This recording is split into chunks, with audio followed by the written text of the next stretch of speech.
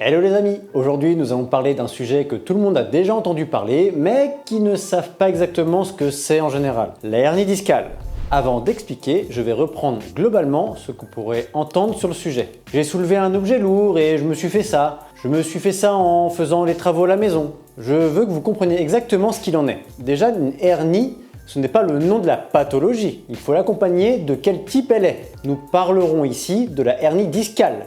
La hernie est une protrusion pathologique de tout ou une partie d'un organe par un orifice naturel ou accidentel à travers les parois de la cavité qui le contient à l'état normal. Blablabla. Très simple, hein? Vous voyez un ballon sur le point d'éclater? Bah voilà, c'est ça. Bon, ça éclate pas, hein, mais bon. Du coup, la douleur, c'est quand ça sort? Oui. Alors regardez, on voit un bulbe rouge.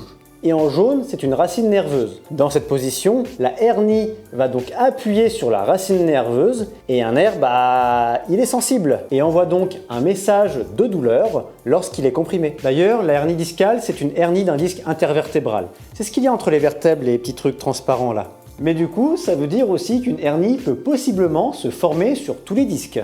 La douleur la plus commune, c'est celle du nerf sciatique, mais attention, le nerf sciatique n'est pas toujours douloureux à cause d'une hernie. J'ai cependant une bonne nouvelle, les hernies ont tendance à se résorber d'elles-mêmes, mais toutes les hernies ne sont pas pareilles et n'ont donc pas les mêmes guérisons. Bien sûr, je ne suis pas médecin, mais si vous avez des douleurs au dos, un seul conseil, consultez votre généraliste. Sur ces bonnes paroles, j'espère vous avoir éclairé. Portez-vous bien les amis, bye bye!